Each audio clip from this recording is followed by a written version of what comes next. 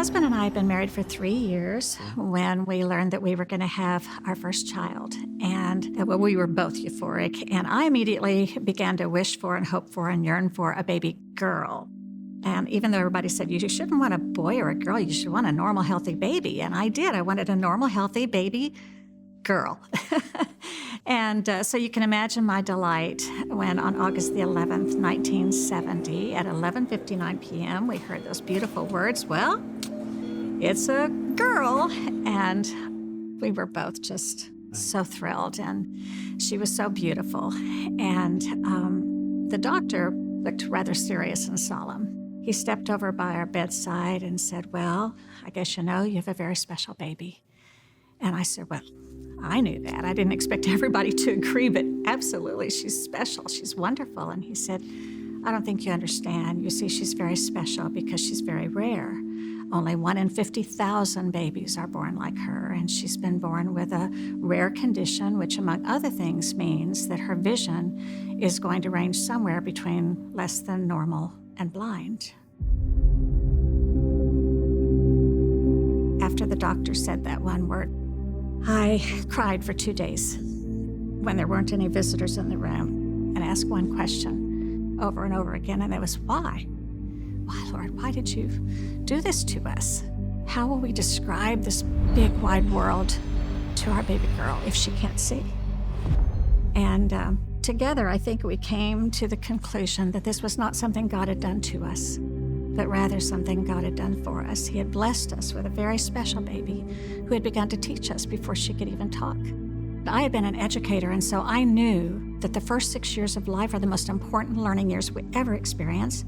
I also knew that 83% of everything we learn takes place visually. And so I knew we had a problem, and I knew that we needed help. I knew that we needed a special program, someone who could teach us how to teach her. And we began to search, and there were no such programs in Tulsa until a child reached the age of 6, and I knew that was too late. So we began to pray, and quite by miracle, we learned about a place in Oklahoma City that worked with children and infants who were deaf and blind. But we took her over when it was time, and they were wonderful. They were professional. There was a social worker and physical therapist and occupational therapist and very experienced teachers. And when we would get home, they would send us a letter that had all of their recommendations for things that we could do with her. And she was just 5 months old when she started school. She began to grow and develop, and it wasn't long before they announced that she was functioning at a normal developmental level, and we were just overjoyed. But all the while I was worried again, this time not about Missy, but about another little girl that we had heard about. We knew of the family. We did not know them really well. We had just had heard of them. But a couple about our age, and the little girl was Missy's age. We thought about calling them because the little girl was supposed to also be visually impaired. And so we didn't, because we just didn't know how well they had adjusted to their situation. And little did we know they were hearing about us. And they had not called us either because they didn't know how well we had adjusted to our situation. And then one spring Sunday morning, we call it the miracle morning. And that was the morning God started it all.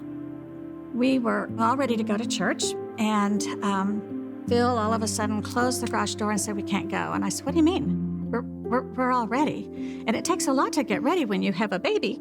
And he said, honey, the car's dead. And I said, well, can't we just walk? He said, no, the church is 10 miles from here. I said, no, I mean just to the church down the street. Let's go there this morning. Okay, but hurry up. I don't want to be late. If we're late, I know we're going to end up having to sit down in front. And so we rushed. It was like 2 blocks. We rushed down the street. When we got there, the parking lot was packed. The lobby was empty, and I knew that meant only one thing. But nevertheless, we stepped inside the back of the sanctuary, and there was not a seat anywhere. And just as I was thinking, maybe we should just slip back out, an usher spotted us. He began to usher us forward, and he kept going and going until he reached the second row from the front of the church, where he ushered us into the last 2 seats available. And those last 2 seats available just happened to be right next to this couple that by that time we had been hearing about for over a year and a half. Somehow we knew that morning that God was doing something extraordinary. We became very close friends with this other family, Pat and Cheryl Poole, and their precious little girl, Charmin. And it wasn't long before we were making the trips to Oklahoma City together. But they were quick to tell them that Charmin needed much more than what they could offer on a once-a-month basis, which is what we had been doing. And they said, "Are you sure Tulsa has nothing?" And we said, "We're sure." And so all the way home, Cheryl and I talked about it, and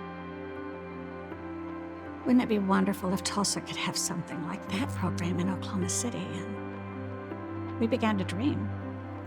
By the time we got home, we were ready to take action. We were ready to go find somebody who would start such a program for us. And so we began to do some research, and we set up appointments with doctors and administrators and directors and anybody that we felt like might possibly be able to help us.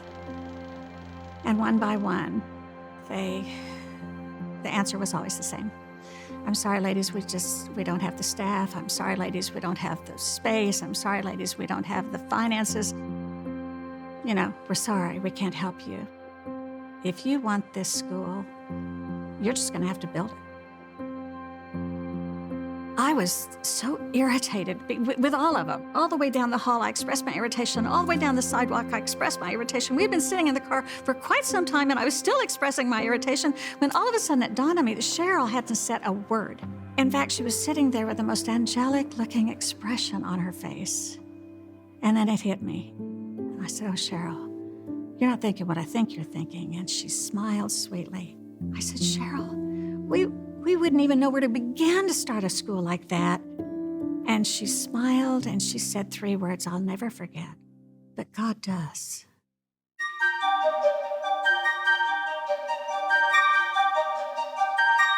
The Little Lighthouse Development Center for Children with Special Needs is moving into a big new learning facility.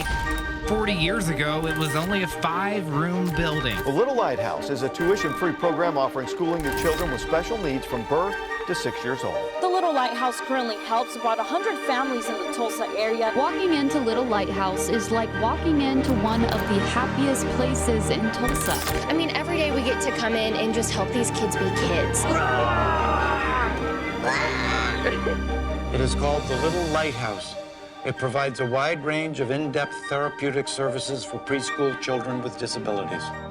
The services are free of charge. They have found new and innovative ways to help the most challenged young people in our society. When I think back 50 years ago, I personally never imagined or thought that it would ever be what it is today and what it will be in the future. I've always joked about this, that we were a nonprofit. We certainly weren't making any profit. We literally hung the curtains in that little 5-room by shoestrings over a window. Those children who are non-mobile that needed wheelchairs, they would have to be carried up 3 flight stairs. Because the church allowed us to have that rent-free. Yes, it was rent-free, and it was perfect. As we've grown and developed and evolved into this, there has been a foundation laid that will continue no matter how big this ministry gets. And that will ensure, and has ensured, that there is stability in the ministry, regardless of where we're at that time. I hope that this is one thing that will come out of the 50-year anniversary celebration and stuff, is just a remembrance of how far God took us. But it's that same faith that we just built upon until what you have now. And this isn't the end of the story. You know, Marcia, every time we needed something, God would just bring it to us. Sometimes before we knew we needed it. Yes. I forgot about this guy. Marcia, do you remember the baker? His name was David. Over on Peoria, he had a little bakery, and he would bake a birthday cake for each one of our children. And so we took a field trip over to the bakery, and he showed the children how they did the donuts. Well, we did all kinds of field trips. This was in 1979, it says.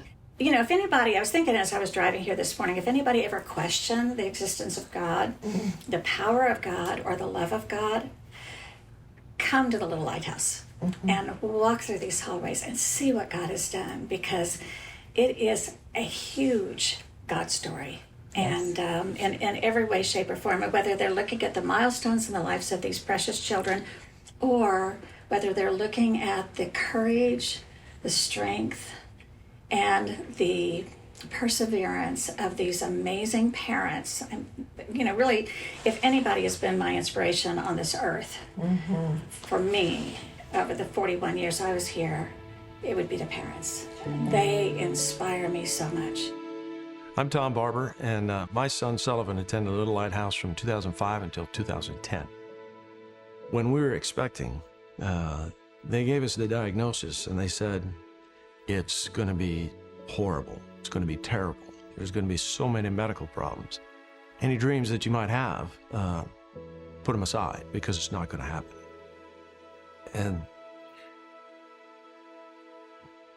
the Little Lighthouse gave us back hope. He wasn't walking or talking on his second birthday, but by his third, he was full-fledged, young child, a toddler, creating trouble for his family and his mom. And today, he's a junior in high school with dreams of college. That could not have happened if he didn't have this opportunity. Hello, everyone. I'm Sullivan Barber from Little Lighthouse. Now I'm a high schooler. I love everyone in Little Lighthouse. Since now, I am a grown-up. I'm ready to go to college, but always be in my heart, no matter where I go. Little Lighthouse is an amazing place, and it's been a gift to our family.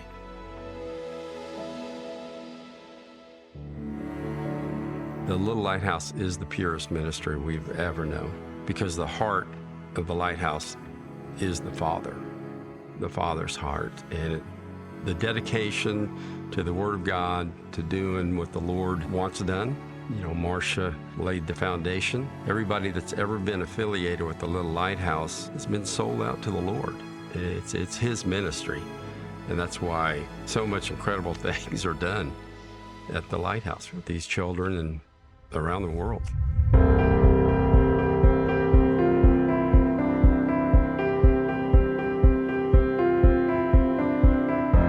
It's so fun, the stage that we're in as far as what we can provide the children. We are on the cusp of great things. We're doing great things, but I feel like better days are ahead. I think there is no limit to what the Little Lighthouse is going to do. I think it's so exciting. I love hearing about our influence around the world. When I think about the next 50 years, I get really excited that eventually there's going to be a Little Lighthouse in every major city, maybe even in every state. I would love to see that happen. We also are very privileged now to be able to go and take what we've learned here and break down some cultural barriers towards people and children with disabilities. Through the pandemic, that we were able to really make some big strides with technology and how to connect virtually.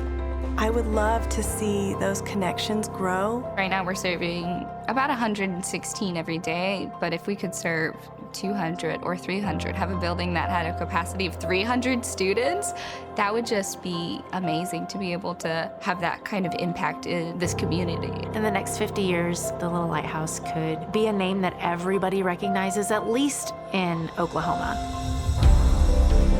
I can see more affiliates around the country, but I'll also see Little Lighthouse as a global impact as they look to us for ways to work with kids with special needs. I say that Little Lighthouse is the best place to get to experience how to work with the children with special needs, just to let them know that the light is not only shining here at Little Lighthouse, not only here in the United States, many nations will get to be impacted. Yes, their children may be different, they may have more difficult paths, but there is so much more for them. I see our light shining and just continue spreading our wings throughout the world, and I just know that that's going to continue to grow and grow. To know that today we have been to 13 different countries, 16 different nations have sent international interns here to study with us. And as a result of our influence and training, 10 schools around the world in 10 different nations have been established. My heart of hearts is that we would be able to change the paradigm on a worldwide scale. And I believe that that is possible by God's power at work through his obedient people. I believe that will happen.